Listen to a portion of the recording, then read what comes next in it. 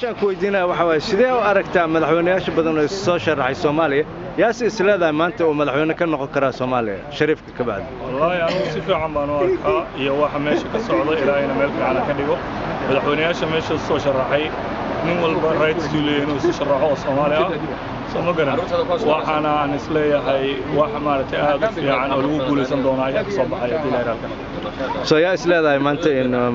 musharax noqdo shan nin baan wax isleeyahay in ay madaxweynimada maaragtay ku faayo oo noqon doonaan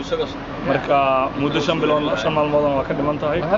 muddadaas aan sugaynaa laakiin shantaan nin baan wax isleeyahay oo ku dagaalami doona madaxweynimada cadcad yaa shanta yaa number 1 yaa number 5